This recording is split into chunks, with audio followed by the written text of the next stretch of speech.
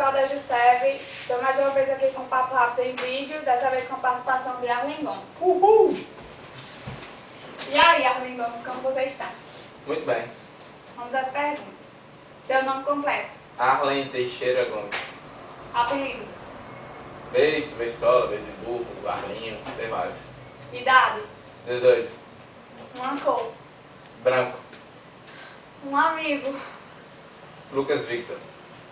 Um time? Flamengo. Seu maior defeito? Impaciente. Sua maior qualidade? Sou muito atencioso. Uma mania? Mexendo no cabelo. Um programa?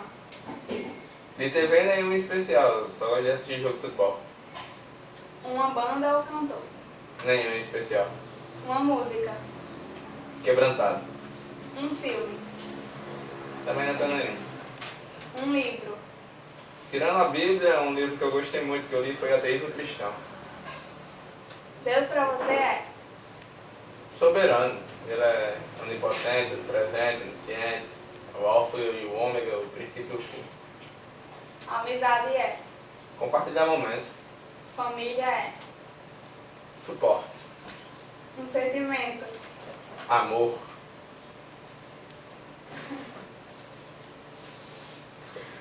Um momento marcante? Dia do meu batismo. Objetivos? Ser um homem segundo o coração de Deus. Um versículo? 1 Coríntios 1,18.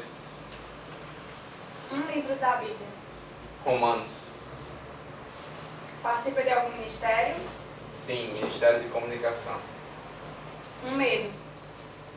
Tenho muito medo de perder minha salvação. Brincando.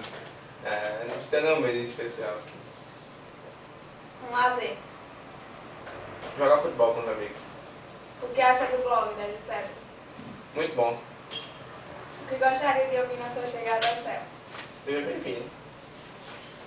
Qual a mensagem que gostaria de deixar para os nossos blogueiros?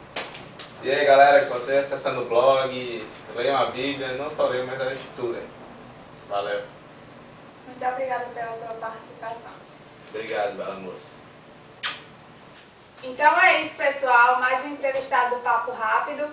Próxima vez, vou escolher a próxima vítima e vamos ver quem será. Deus abençoe a todos. Beijo. Valeu.